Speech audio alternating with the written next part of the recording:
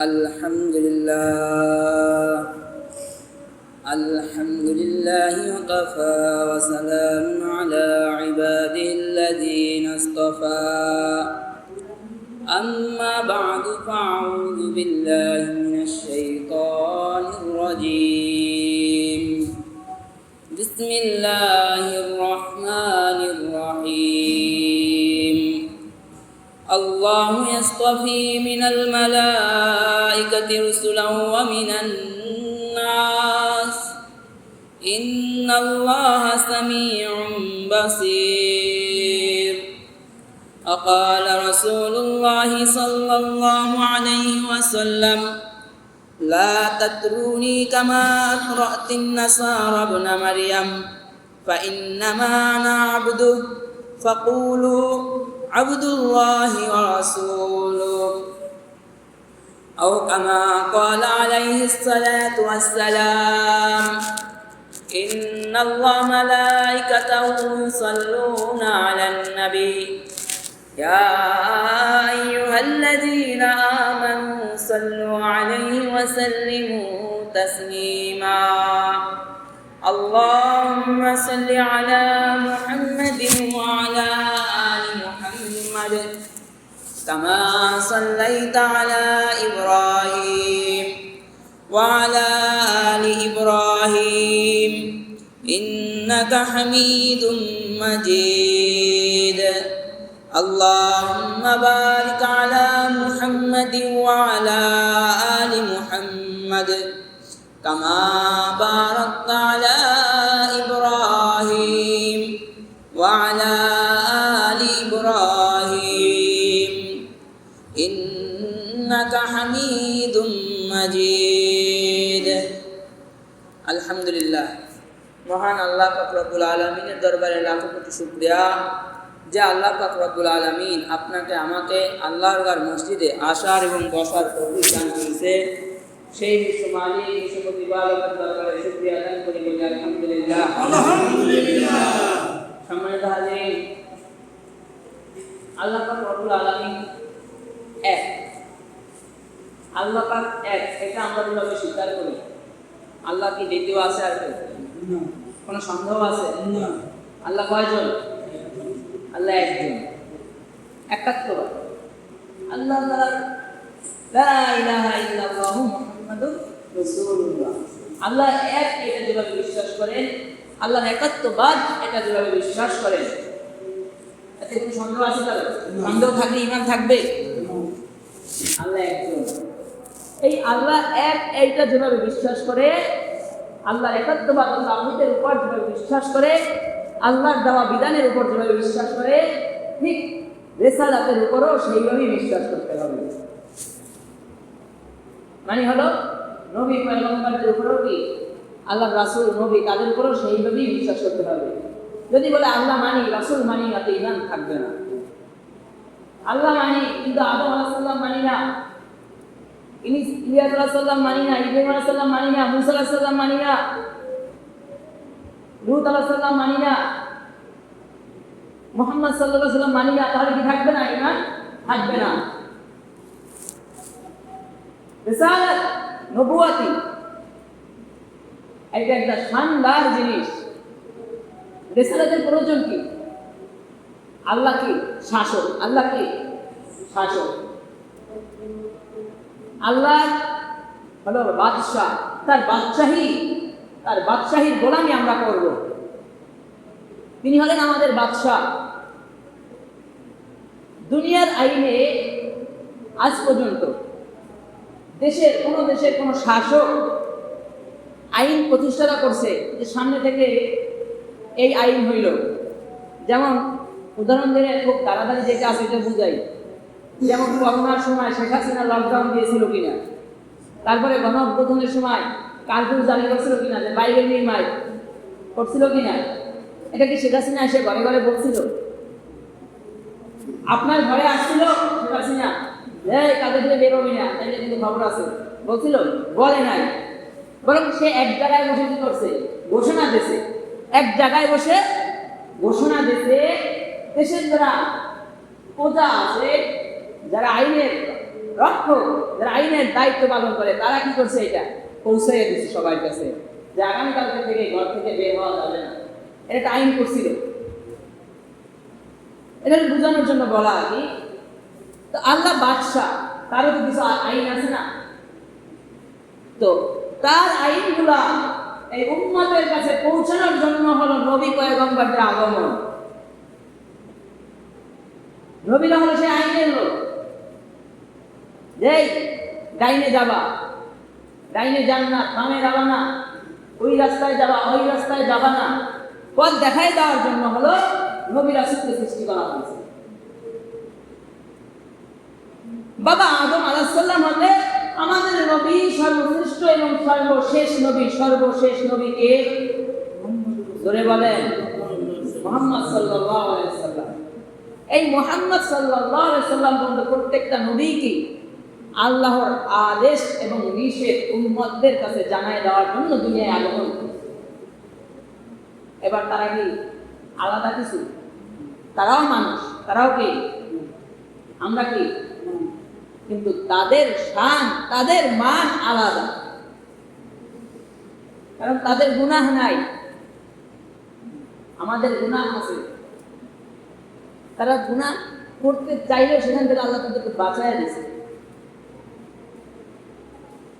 তো এই যে আল্লাহর আইন আমাদের কাছে পৌঁছানোর জন্য, কারণ মানুষ তো বড় মিথ্যাবাদী, কারণ আল্লাহ তো আমাদের সৃষ্টি করছে, তার একটা নিয়ম দিয়ে দিছে, কিন্তু কেউ যদি আমাদের এখানে প্রতিনিধি হিসেবে, দূত হিসেবে দাওয়াত না দিত, হাসরের ময়দানে দাঁড়ায় বলতাম আল্লাহ কেউ তো আমাকে বলে নাই, কেউ তো আমাকে জানায় নাই, এটা বলতাম না? এই কথা যেন মানুষ বলতে না পারে, এই জন্য আল্লাহ প্রতিনিধি পাঠাইয়া দিছে, নবী পাঠাইয়া দিছে। নবী প্রত্যেক যুগে যুগে নবী পাঠাইয়া তারপরে উম্মতদেরকে জানাই দিছে এটা জান্নাতের পথ আর এটা জাহান্নামের পথ। তুমি এই পথে আমল করলে, এই আমল করলে জান্নাতে যাবা, এই আমল করলে জাহান্নামে যাবা, এটা জানাই দেওয়া হয়েছে। অস্বীকার করার কোনো সুযোগ নাই। তো এই জন্য হলো নবীদের আগমন, নবীরা হলো প্রতিনিধি, এই জন্যই রিসালাতের প্রয়োজন। তার মানে নবীদের প্রয়োজন কেন? এখন নবী আছে, আর এখন নবীর দায়িত্ব পালন করে উম্মতের উলামায়ে কেরাম। তো আবু যর গিফারী রাদিয়াল্লাহু তাআলা আনহু বর্ণিত যে তিনি আল্লাহ রাসূলকে জিজ্ঞাসা করে যে আল্লাহ রাসূল কতজন নবী আছে? আল্লাহ রাসূল বলছে 1,24,000 বা 2,24,000 পয়গম্বর আছে। তার ভিতরে 313 অথবা 315 জন হলো রাসূল। আদম আলাইহিস সালাম আসছে, আদম আলাইহিস সালামকে একটা কিতাব দেওয়া হয়েছে। আদম আলাইহিস সালামের পরে যারা আসছে তাদেরকে যদি হুবহু ওই কিতাবটাই দেওয়া হয় তাহলে তারা নবী।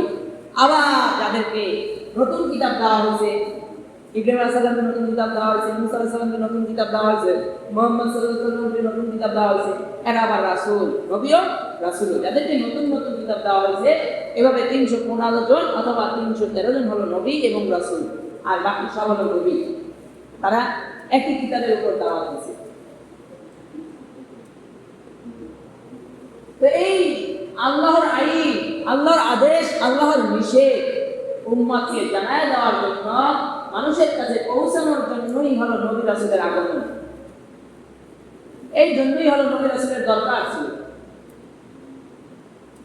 তো ঠিক আল্লাহ এক, এই কথা যেভাবে জমানে স্বীকার করি, মুখে বিশ্বাস করি, এটাও নবীদেরকেও এইভাবে স্বীকার করতে হবে, মানতে হবে। কেউ যদি বলে আল্লাহ মানি, নবী মানি না, বা 2,24,000 বা অথবা 1,24,000 পয়গম্বর থেকে একজন নবীকেও কেউ অস্বীকার করে, তাহলে তোমার ঈমান থাকবে না। কোন নবী রাসূলকে যে না আমার নবী নবী, এছাড়া আর কাউকে আমি নবী মানি না, তাহলেও কি থাকবে না? ঈমান থাকবে না।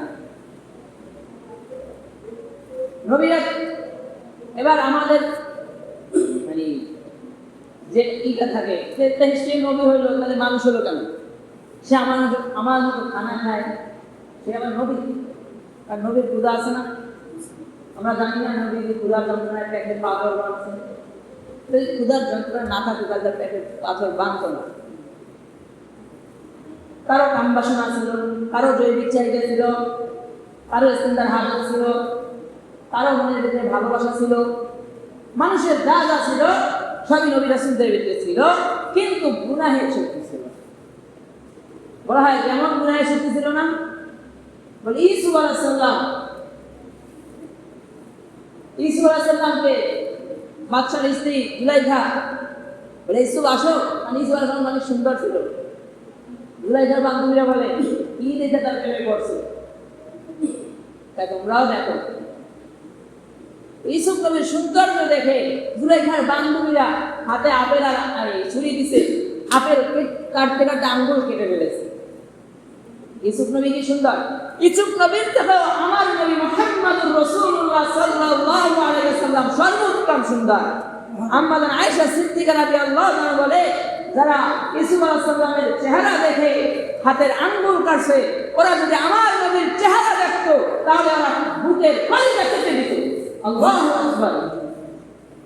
ইউসুফ নবীর সৌন্দর্য শুনে মনে করেন না যে আমার নবী সুন্দর না। আমার নবীর সৌন্দর্য যদি তারা দেখতো যারা হাতের আঙ্গুল কাটছে, ইউসুফ নবীর সৌন্দর্য দেখে ওরা কলিজা কেটে দিত। আমার নবীর মতো সুন্দর আর কোনো পয়গম্বর আসে নাই, কোনো মানুষ আসে নাই, আর আসবেও না। আমার নবী মুহাম্মদুর রাসূলুল্লাহ সাল্লাল্লাহু আলাইহি ওয়াসাল্লামের চরিত্রের মতো চরিত্র কোনো পয়গম্বরেরও ছিল না, কোনো মানুষেরও ছিল না, আর ওরকম মানুষ আসবেও না। তো পয়গম্বররা ছিল প্রতিনিধি, কিন্তু তারা আমাদের মতোই মানুষ। কিন্তু আমাদের দেশে একটা বিষয় আছে, নবী নূরের নবী, নবী মাটির নবী, এরকম একটা মারামারি আছে না? আচ্ছা, নবী নূরের নবী হোক, নূর মানে আলো। আল্লাহ তো শ্রেষ্ঠত্ব দান করছে মানুষকে, মানুষ এই নূরটাকে হাসিল করবে আমল করে। আমার নবী জন্মগ্রহণ করছে না, মাটি গড়বে। যদি নূর হইতো তাহলে তো জন্মগ্রহণ করতো না। তারা বলে আলাদা নূর জন্মগ্রহণ করছে। তারপরে তাদের কথা যদি মাইনে নিয়ে নবী নূরের তৈরি, ঠিক আছে নবী নূরের তৈরি, সেটা নিয়ে মারামারি করা কি আছে? কবরে কি আপনাকে মুহাম্মদুর রাসূলুল্লাহ সাল্লাল্লাহু আলাইহি ওয়াসাল্লামের চেহারা দেখায় বলবে এটা নূরের তৈরি না মাটির তৈরি, বল, এটা জিজ্ঞেস করবে? বলবে এটা চিনস কিনা এটা বল। কিছু আলেম আছে এরা নামাজের দাওয়াত দেয় না, রোজার দাওয়াত দেয় না, নবীর পরিচয় বলে না, শুধু নবীদের নূরের তৈরি আর মাটির তৈরি এটা নিয়ে খেলাধুলি করে। কবরে গেলে এটা জিজ্ঞেস করবে মুহাম্মদ সাল্লাল্লাহু আলাইহি ওয়াসাল্লামের চেহারা দেখায় দেয় বল তুমি নূরের তৈরি না মাটির তৈরি, এটা জিজ্ঞেস করবে? আপনাকে জিজ্ঞাসা করা হবে এটা কে সেটা বলো, একে চেনো? মুমিন হয়ে থাকতে বলবে হ্যাঁ ঠিক, এটা আমার নবী মুহাম্মদুর রাসূলুল্লাহ সাল্লাল্লাহু আলাইহি ওয়াসাল্লাম। আরে নূরের তৈরি হোক আর মাটির তৈরি হোক, তুমি নূরের তৈরি মানো, মানো। যে মাটির তৈরি মানে সে মাটির তৈরি মানো, যদি নবীর মহব্বত থাকে। কিন্তু মারামারি করে উম্মতের ভিতর ফিতনা সৃষ্টি করাটা কোনো দরকার নাই। কারণ এটা জিজ্ঞাসা করবে না কবরে, কবরে জিজ্ঞাসা করবে একে চেনেন কিনা, একে চেনেন কিনা, এইটা প্রশ্ন হবে। কিন্তু আজ আমরা মুসলমানরা মারামারিতে খুব পাকা, আসল কামে নাই।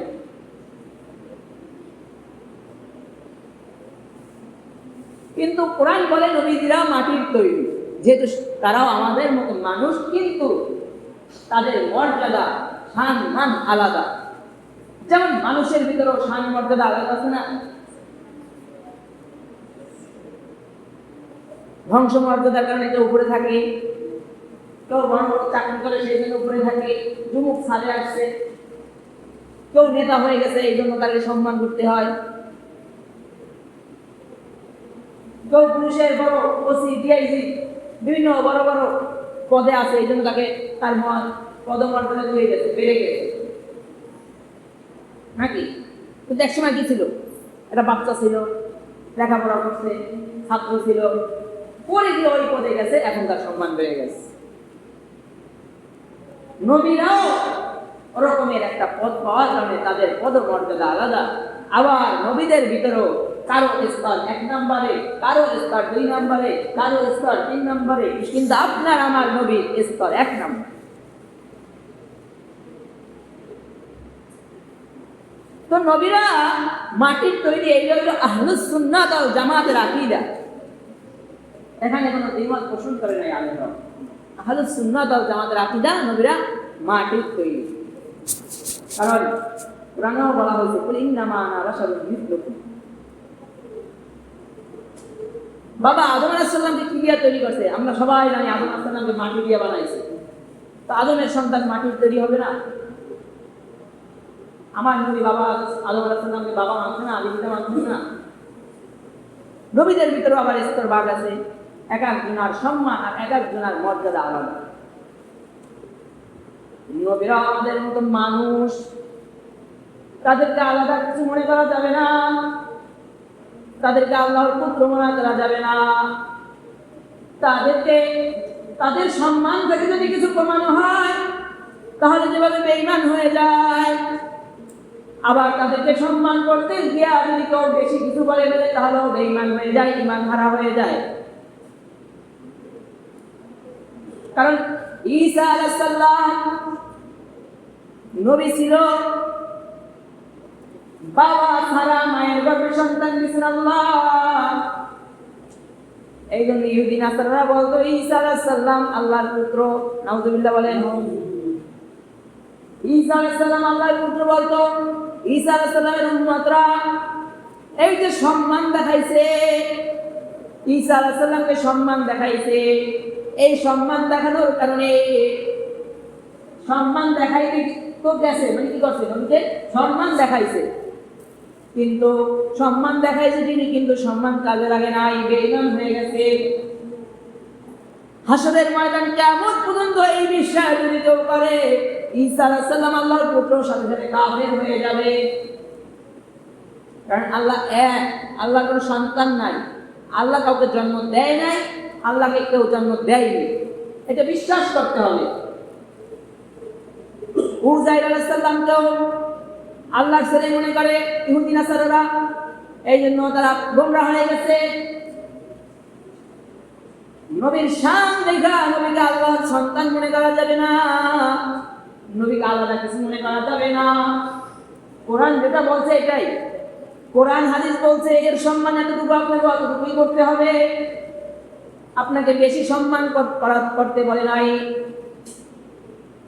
কারণ আল্লাহ রাসূল হাদিসে বলে তোমরা আমাকে যতটুকু দেখেছো ততটুকুই বলো, বরং বলো আব্দুল্লাহর সন্তান মুহাম্মদ আল্লাহর রাসূল এবং নবী, এতটুকুই বলো, এর বেশি বলতে নিষেধ করছে।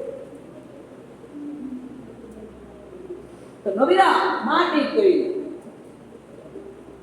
এটা আহলুস সুন্নাত ওয়াল জামাতের উলামায়ে কেরামের আকীদা, নবীরা মাটির তৈরি। তারপর যাদের ধারণা যে নবী নূরের তৈরি, তারপরে মারামারি করার প্রয়োজন নাই। কারণ শুরুতেই বলছি নবী নূরের তৈরি না মাটির তৈরি, এইটা আমাকে কবরে প্রশ্ন করা হবে না। আমি আমার নবীকে কবরে চিনি কিনা এইটা আমাকে জিজ্ঞাসা করা হবে। সে যদি মুহাব্বতে বলে সেটা তার ব্যাপার। দ্বিতীয় কথা হলো নবীরা মাসুম। আফসোস লাগে, দুঃখ লাগে এই যুগে এসে নবীদের ভুল খুঁজে, তারপর আমার নবী মুহাম্মদুর রাসূলুল্লাহ সাল্লাল্লাহু আলাইহি সাল্লামের ভুল খুঁজে।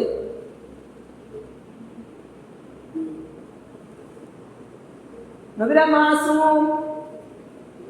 বলা হয় জুলাইখা যখন ইউসুফ আলাইহিস সালামকে অন্দর মহলে ডাক দেয়, ইউসুফ আসো, আমার সাথে কাম চাইলে পূরণ করো। চারদিক দিয়ে আটকানো ছিল, কোনো একটা জানালাও খোলা ছিল না। ওই মুহূর্তে গুনাহ করা আপনার আমার জন্য 100%। এমনটা অবস্থায় গুনাহ থেকে বাঁচা মুশকিল। বলা হয় ইউসুফ আলাইহিস সালাম তার পিতাকে দেখতে পেল, আল্লাহ তার পিতাকে দেখাইল, করা যাবে না। ইউসুফ আলাইহিস সালাম একদম ইউসুফ আলাইহিস সালাম তাওয়াক্কুল করে দৌড় দিছে, গুনাহ করবে না। আর দরজাগুলা সব দরজাগুলা খুলে দিয়েছেন আল্লাহ। এখান থেকে প্রমাণ হয় নবীরা গুনাহ করতে আটকা পড়ছে, গুনাহের পরিবেশ আটকা পড়ছে, কিন্তু আল্লাহ হেফাজত করেছেন। নবীদের কোনো শক্তি আছে? দরজা যেভাবে আটকানো ছিল, নবীর শক্তি ছিল? কারণ সে তো দৌড়তেছে, কিন্তু দরজাগুলো আল্লাহ খুলে দিছে। বলা হয় আমার নবীর সম্ভবত যখন 25 বছর বয়স, তখন তার আমার নবী নবুয়তি পায় নাই, নবী নন, কিন্তু তিনি তো সামনে পয়গম্বর হবে, তিনি সামনে পয়গম্বর হবে। কাবা ঘর নির্মাণের কাজ চলতেছে, কাবা ঘর যখন নির্মাণের কাজ চলে, অমত অবস্থায় আরবদের, তারা তো তখন জাহেল ছিল, মূর্খ ছিল, ওরা ভাবে গুনাহ করতেছি, এই পোশাক পরিধান করে কি কাবা ঘর নির্মাণ করা যায়? কাবা ঘর তো পবিত্র ঘর, এই জন্য সব উলঙ্গ হয়ে গেছে। বলা হয় আপনার আমার নবী মুহাম্মদুর রাসূলুল্লাহ সাল্লাল্লাহু আলাইহি ওয়াসাল্লাম তো বলছে কাপড় খুলে ফেলতে, বারবার বিড়াবিড়ি করতেছিল মুহাম্মদ কাপড় খুলো, কাবা ঘর নির্মাণের কাজ হবে। যখন মুহাম্মদ সাল্লাল্লাহু আলাইহি ওয়াসাল্লামের কাপড়ে টান মারলো, মুহাম্মদ সাল্লাল্লাহু আলাইহি ওয়াসাল্লাম সাথে সাথে অজ্ঞান হয়ে পড়ে গেল। আর মুহাম্মদ সাল্লাল্লাহু আলাইহি ওয়াসাল্লাম উলঙ্গ হতে হয় না, কারণ উলঙ্গ হওয়া একটা কবিরা গুনাহ। বর্তমানে যে উলঙ্গর হার বেড়ে গেছে, লজ্জা শরম কমে গেছে, কিয়ামতের আলামত তো ঠিকই, কিন্তু এর জন্য সম্পূর্ণ পিতা আর মাতা দায়ী। আপনারা যারা আছেন আপনারা দায়ী। কারণ আমরা কি মনে করি, এখন বাচ্চা, ওর তো আর শরম নাই, কিন্তু ওর ল্যাংদা রাখতে রাখতে তো শরম ভেঙে গেছে। ও ছোট মানুষ, ল্যাংদা ছাইড়া দিচ্ছে, কিন্তু ও যখন আস্তে আস্তে, ওকে যদি ছোটবেলা থেকে আপনি উলঙ্গ না রাখতেন, এক পর্যায়ে কেউ যদি ওর প্যান ধরে টান মারতো, এখান থেকে আমার প্যান ধরে টান মারবি না, এই কথা বলতে বাধ্য হতো। কিন্তু ছোটবেলা থেকে যখন উলঙ্গ রেখেছেন, আর যখন ভালো জামা কাপড় দিতে গেছেন, তখন আপনার দেওয়ার জামা কাপড়ে আপনার মুখের উপর ছুরি মেরেছে যে প্যান্টের এখানে যদি সিরা না থাকে তাহলে এটা প্যান্ট হয়। কারণ আপনি ছোটবেলা শরম নষ্ট করে দিচ্ছেন। অথচ যেই নবীর উম্মত, এই নবীর নবুয়তের আগেই নবীকে যখন উলঙ্গ করতে চেয়েছিল, নবী অজ্ঞান হয়ে পড়ে গেছে, উলঙ্গ হয় নাই। কিন্তু আজ উম্মতরা তাদের সন্তানদের উলঙ্গ রাখে, মনে করি ছোট, ন্যাযা করতে পারে না। না, মানুষের জন্য না হলেও বদ নজর, জিনের আসর, এই জন্য তো প্যান্ট পরে রাখা উচিত ছিল এই উম্মতের জন্য।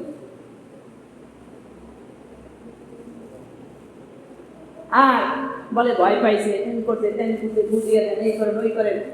আসলে তো আমরাই জায়গা মতো সমস্যা। উলঙ্গ রাখবে না বাচ্চাদেরকে, আবার কেউ কেউ বলে বাচ্চা প্রসাব করে, এই জন্য উলঙ্গ রাখে, মানে প্যান্ট দিতেও কষ্ট হয় না, এটা ঠিক না। কারণ এই যে ও আস্তে আস্তে বড় হবে, ওকে যত উলঙ্গ রাখতে রাখতে এক পর্যায়ে যাবে, তখন ওর এই উলঙ্গ থাকারই অভ্যাস হয়ে যাবে। কারণ এই জন্য দেখবেন কিছু আছে, ওই যখন বড় হয় প্যান্ট পরে টাইনে খুললে ফালাই দেয়, ওই যে ল্যাংটা থাকার অভ্যাস। এই জন্য বেহায়া হয়ে যাইতেছে সমাজ, সমাজ উলঙ্গ হয়ে যাইতেছে। শরম আছে নাই তো। আমার নবী মুহাম্মদুর রাসূলুল্লাহ সাল্লাল্লাহু আলাইহি ওয়াসাল্লাম উলঙ্গ করতে গেছে, আমার নবী অজ্ঞান হয়ে পড়ে গেছে। আর এই গুনাহ আমার নবী দ্বারা হয় নাই, কিন্তু তখন নবুয়তি পায় নাই, নবী নন তখন। তার মানে এই দুইটা, জুলাইখা যখন ইউসুফ আলাইহিস সালামের সাথে জিনা করতে চেয়েছিল, আর ইউসুফ নবীকে আল্লাহ রক্ষা করেছে। মুহাম্মদ সাল্লাল্লাহু আলাইহি সাল্লামকে যখন উলঙ্গ করতে চেয়েছে, মুহাম্মদ সাল্লাল্লাহু আলাইহি সাল্লাম উলঙ্গ হয় নাই, অজ্ঞান হয়ে পড়ে গেছে। এখান থেকে বোঝা যায় তারা গুনাহের পরিবেশে আটকা পড়লেও তাদেরকে এই গুনাহ থেকে আল্লাহ হেফাজত করেছে, তাদের দ্বারা গুনাহ হয় নাই। একটা বিশ্বাস, নবীরা মাটির তৈরি। 2 নাম্বার, নবীরা গুনাহগার না নবীরা মাসুম? বলেন, নবীরা মাসুম। যদি কেউ এটাও মনে করে নবীরা গুনাহগার, তাহলে এর ওই ইমাম নিয়ে টানাটানি আছে। মনে করাই যাবে না নবীরা গুনাহগার, কারণ আল্লাহ বলেছে নবীরা মাসুম, নবীদের গুনাহ নাই। নবীদের ভুল বুঝে বসে বসে, নিজের ভুলের নাই অভাব, নবীদের ভুল বুঝে। আর আল্লাহ রাসূল হাদিসে বলে, আনা খাতামুন নবিয়্যিন লা নবিয়্যা বাদি, আমি সর্বশেষ নবী, আমার পরে আর কোনো নবী আসবে না। আমার নবীর পরে আর কোন নবী আসবে? পাকিস্তানের গোলাম আহমদ কাদিয়ানী নবী দাবি করে গেছে, আর সেই নবীর সাহাবী দাবি করে বাংলাদেশেও কাদিয়ানী নবীর দাওয়াত দেয়। এখানেও মা বাবা দায়ী, কারণ এক সময় বাচ্চাদেরকে শিক্ষা দিত, বাবা হাঁটতো আর সন্তানকে শিক্ষা দিত, বলো লা ইলাহা ইল্লাল্লাহ মুহাম্মাদুর রাসূলুল্লাহ। এখন আর বলে না, এখন শিখায় ইংলিশ মিডিয়াম, আগে শিখায়। আপনি শিখান ইংলিশ, আপনাকে নিষেধ করি নাই, আপনি শিখান, যা মন চায় তাই শিখান, নবীর পরিচয়টাও শিখান। আজ বাচ্চা না, যদি অনেক বয়স্ক 40-50 বছরের লোকটাকেও বলি, বলেন তো আপনার আমার নবীকে, বিভিন্ন সময় বিভিন্ন ভিডিও ফুটেজ সামনে পড়ে, বলে রিক্সাওয়ালাকে দাঁড়ায় জিজ্ঞাসা করে, বলেন তো আপনার আমার নবীর নাম কি? বলতে পারে না। আমাকে একবার বলে উম্মতের মধ্যে শ্রেষ্ঠ লোকটা আব্দুল কাদের জিলানী, অথচ নবীর উম্মতের মধ্যে শ্রেষ্ঠ লোক হলো আবু বকর সিদ্দিক রাদিয়াল্লাহু তাআলা। নবীর উম্মতের মধ্যে কে শ্রেষ্ঠ এটাও আমরা জানি না, আমরা উম্মত দাবি করি, নবীর নাম বলতে পারি না, এটা পারি না। লা ইলাহা ইল্লাল্লাহ মুহাম্মাদুর রাসূলুল্লাহ, এটা পারি না আমরা, নিজে তো পারি না, সন্তানকেও শিখাই না, সন্তানকে শিখাই নাই। বেটা, আখিরি নবী, সর্বশেষ নবী, সর্বোত্তম নবী মুহাম্মাদুর রাসূলুল্লাহ সাল্লাল্লাহু আলাইহি ওয়াসাল্লাম এই কথা শিক্ষা দেই নাই। কাদিয়ানীরা এত লোক পাইল কোথায়? কারণ কাদিয়ানীরা দাওয়াত দিতে গিয়া, আর ওই যে জানে না শেষ নবী কে, একে যখন দাওয়াত দিয়েছে তো কাদিয়ানীর দাওয়াত গ্রহণ করেছে, আর এও এখন কাদিয়ানীরটাই প্রচার করতেছে। কিন্তু যদি জানতো যে আখিরি নবী মুহাম্মাদুর রাসূলুল্লাহ সাল্লাল্লাহু আলাইহি ওয়াসাল্লাম সর্বোত্তম এবং সর্বশ্রেষ্ঠ নবী, তাহলে কাদিয়ানীর বাচ্চারা যদি মুসলমানের সন্তানের কাছে এসে বলতো কাদিয়ানীর কালেমা গ্রহণ করো, তখন বলতো ছোটবেলা বাবা শিক্ষা দিছে, ছোটবেলা মা শিক্ষা দিছে, আমার নবী মুহাম্মাদুর রাসূলুল্লাহ সাল্লাল্লাহু আলাইহি ওয়াসাল্লাম শেষ নবী, কাদিয়ানীর দুশরি আমার সামনে গর্বিত চেষ্টা ছিঁড়ে ফেলে দিব। কিন্তু বলতে পারি না বিদায় আজ মুসলমান গোমরাহের পথে চাইতেছে, আপনার আমার সন্তান গোমরাহ হয়ে যাইতেছে, এজন্য আপনি আমি দায়ী। আর এই সন্তান হাসরের ময়দানে আপনাকেই দায়ী করবে।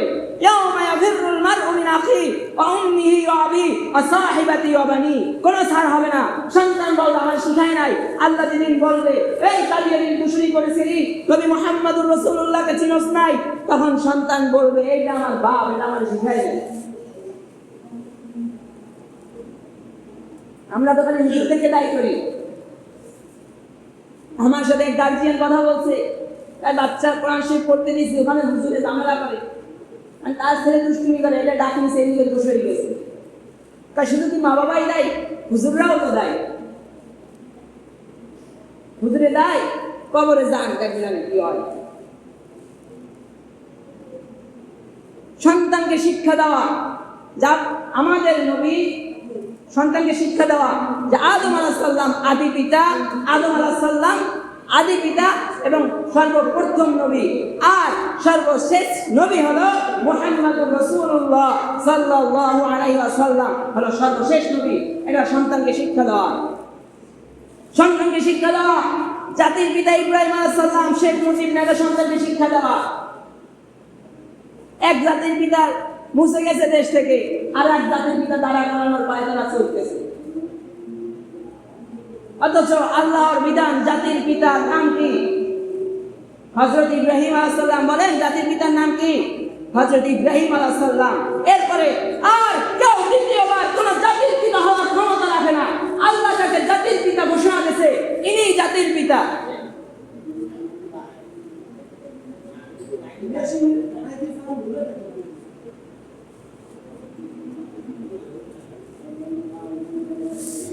জাতির পিতার নাম কি? ইব্রাহিম আলাইহিস সালাম। বলেন জাতির পিতার নাম কি? ইব্রাহিম আলাইহিস সালাম। আরে এতদিন তো শেখ মুজিবুর রহমানকে জাতির পিতা মানছেন, সামনে জিয়াউর রহমানকে মানা লাগবে। এটা আসতেছে আপনাদের উপর, কারণ আপনারা শিক্ষা দেন না সন্তানদেরকে, আর আপনার সন্তান রাস্তায় রাস্তায় হাঁটে আর স্লোগান দেয়। একটা মুছে দিছে। আর সামনে এই ঘোষণা আসছে বিএনপি, আমি এখানে স্পষ্ট বলতেছি কারণ আপনাদের দল থেকে কথা বলার কোনো সুযোগ নাই, এখানে ইমান নিয়ে প্রশ্ন। বিএনপির 41তম প্রতিষ্ঠা বার্ষিকীতে তারেক রহমান ঘোষণা দিছে সামনের জাতির পিতা হবে জিয়াউর রহমান। তো আমরা যদি সচেতন থাকি, আমরা যদি মুসলমান ঘুমান্ত না থাকি, আমরা যদি মুসলমান সজাগ থাকি, তাহলে আপনার আমার নবীর গদি নিয়া বা আমাদের জাতির পিতা ইব্রাহিম আলাইহিস সালামের গদি নিয়া আর কেউ টানাটানি করার সুযোগ পাবে না। কিন্তু আমরা যখন ঘুমিয়ে থাকি, আমরা যখন অজ্ঞ থাকি, আমরা যখন জানি না যে আমাদের জাতির পিতাকে, বরঞ্চ নিজে জানি কিন্তু সন্তানকে শিখাই না, তখন আপনার আমার সন্তান সামান্য 100 টাকার লোভে পড়ে, 50 টাকার লোভে পড়ে দলের মিস্ত্রিকে এই স্লোগানগুলো দেয় আর ইমান নষ্ট হয়। মনে করবেন সন্তান কি সন্তানের কবরে যাবে? আপনাদের জন্য জবাবদিহিতা করতে হবে হাসরের ময়দানে। যখন আপনার সন্তান হাসরের ময়দানে দাঁড়াবে আর বলবে বুঝছিলি শেখ মুজিব জাতির পিতা স্লোগান দিছিলি, তখন আপনার সন্তান আপনার কলার দিকে তাড়া করাই দিবে, এটা আমার বাপ, এটা আমার শিখায় নাই, ইব্রাহিম আলাইহিস সালাম জাতির পিতা আমাকে শিখায় নাই। সময় থাকতে যেহেতু একটা মুছে গেছে আর একটা দাঁড়ানোর আগে এখনই সজাগ থাকতে হবে যে কোন পয়গম্বরের ব্যাপারে যেন আমাদের সন্তানরা আর উলটপালট না করে।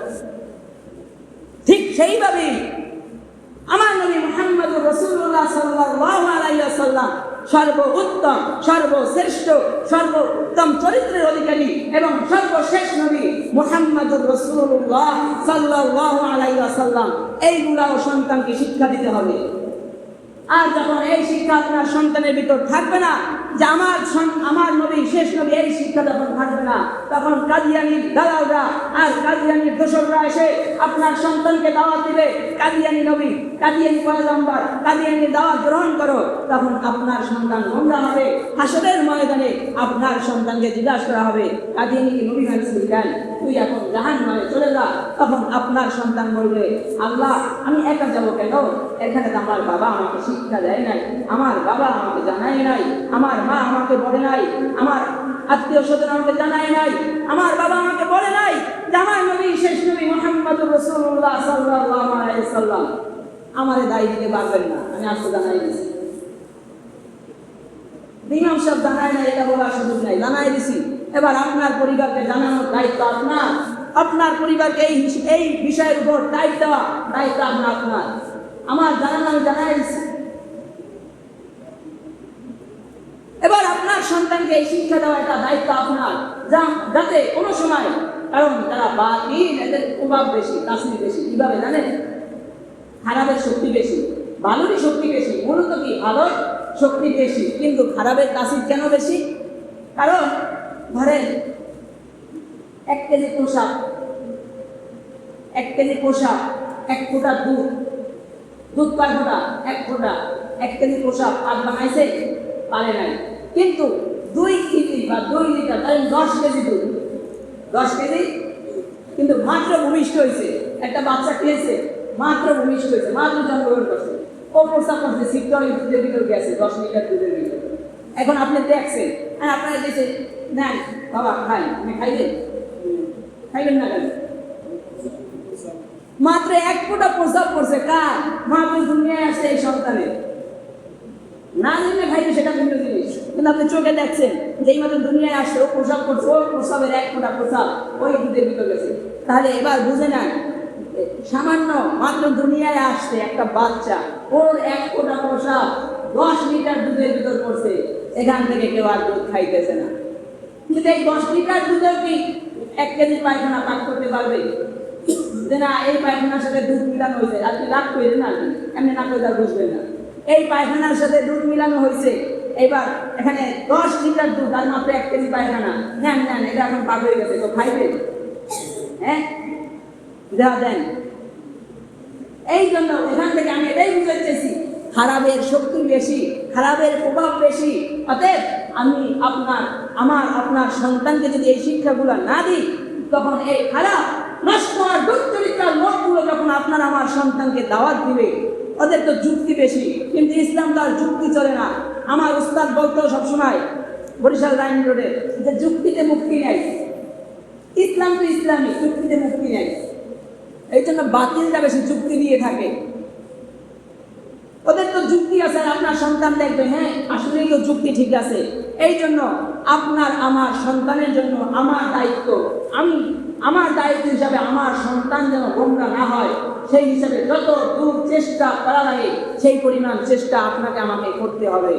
তারপর যদি গোমরা হয় সেটার জন্য আপনি বলতে পারবেন যে আল্লাহ আমি চেষ্টা করছি, আমি আমার সন্তানকে শেখানোর চেষ্টা করেছি নবীরা মাটির তৈরি, আমি আমার সন্তানকে শেখানোর চেষ্টা করেছি নবীদের গুনাহ হয় না, নবীরা মাসুম, আমি আমার সন্তানকে আকীদার উপর বিশ্বাস করার চেষ্টা করেছি, আমি আমার সন্তানকে বিশ্বাস করার চেষ্টা করেছি যে আদম আলাইহিস সালাম আদি পিতা, ইব্রাহিম আলাইহিস সালাম জাতির পিতা, মুহাম্মদ সাল্লাল্লাহু আলাইহি সাল্লাম শেষ নবী, এরপরে আর শেষ নবী হবে না, এটা আমি শেখানোর চেষ্টা করেছি, কিন্তু ও শিখতে ব্যর্থ হয়েছে। তখন আপনি বাঁচতে পারেন। কিন্তু আমরা আমাদের সন্তানকে হাত ছাড়া করে ফেলেছি, ছাড়া পরিণত করে ফেলেছি। এই জন্য সে যেখানে দাওয়াত পায় সেখানেই যায়। অতএব আমি আজকের আলোচনায় বুঝাইতে চেয়েছি আহলুস সুন্নাত ওয়াল জামাতের আকীদা হলো নবীরা মাটির তৈরি। আহলুস সুন্নাত ওয়াল জামাতের আকীদা হলো নবীরা মাসুম, নবীদের গুনাহ নাই। এই যুগে বসে যদি কেউ গালি দেয় মুসা মুহাম্মদ করে, ওকে কিন্তু হত্যা করা ফরজ হয়ে যায় ইসলামের বিধানে। কারণ যে নবীকে কটূক্তি করবার দেশে থাকার কোনো অধিকার নাই, অধিকার নাই। কারণ আবু বকর সিদ্দিক রাদিয়াল্লাহু তাআলা, আমি জানেন আপনার অনেক নরম মানুষ ছিলেন, কিন্তু এই আবু বকর একদিন শুধু নবীকে গালি দিয়েছে, একটা মন্দ কথা বলেছে, সেই জন্য সাথে সাথে থাপ্পড় লাগাই দিয়েছে।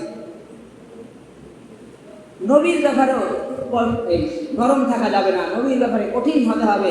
কারণ আপনি আমি নরম আর ঘুমায় রয়েছি, কোনো চিন্তা নাই। আর আপনার আমার নবীর নবুয়তি নিয়ে যখন টানাটানি লাগবেন, আপনি ঘুমায় থাকবেন, বলবেন ইসলাম শান্তির ধর্ম, কবরে যান, আপনার শান্তির ধর্ম দেখাইবেন। আপনাকে সর্বোচ্চ পর্যায়ে নবীর মুহাব্বত থাকতে হবে। আজকের বিষয় হলো নবীরা মাটির তৈরি। তারপর যদি কেউ বলে নূরের তৈরি, তার সাথে মারামারির দরকার নাই, ঠিক আছে তুই নূরের তৈরি মান, বাকি যেটা আছে আছে। মেইন হলো নবীরে মানি, তুই নূরের মানো আমি মাটির মানি, কিন্তু মেইন হলো একজন দিকে মানতে আছে। অতএব এটা নিয়ে ঝগড়া না করি। কিন্তু এটা নিয়ে ঝগড়া করে আসে, নিজেরা ফাটল সৃষ্টি করে, ইহুদি খ্রিস্টান আর লাগিয়ে দিতে। মানে ছায়া দেখতে না, মুসলমানের ছায়া দেখতে পারে না, এই নিয়ে তৈরি করে। নবীরা মাটির তৈরি, নবীরা মাসুম, নবীদের গুনাহ নাই, এই বিশ্বাস রাখতে হবে। আর আখিরি নবী, সর্বশেষ নবী মুহাম্মদুর রাসূলুল্লাহ সাল্লাল্লাহু আলাইহি ওয়াসাল্লাম, এরপরে আর কোনো নবী আসবে না। কেউ যদি নবী দাবি করে তাকে হত্যা করা তখন ফরজ হয়ে যায়। আমাদের তিনটা বিষয় বুঝাইছি। নবীরা কি মাটির তৈরি, নবীরা কি মাসুম, গুনাহ হয় না এদের, এবং নবীরা মানে নবীর নবুয়তি শেষ, মানে আর কোনো নবী আসবে না। আমার নবী পর্যন্তই নবুয়তি কি শেষ, এরপরে আর কোনো নবী আসবে না। এই তিনটা জিনিস মনে রাখবেন, তাহলে আমার সামনের সপ্তাহে আলোচনা বুঝতে সুবিধা হবে। যে কথাগুলো বলা হয়েছে এর উপর আল্লাহ তাআলা আপনাকে আমাকে আমল করার তৌফিক দান করুন। আমি আলহামদুলিল্লাহি রাব্বিল আলামিন।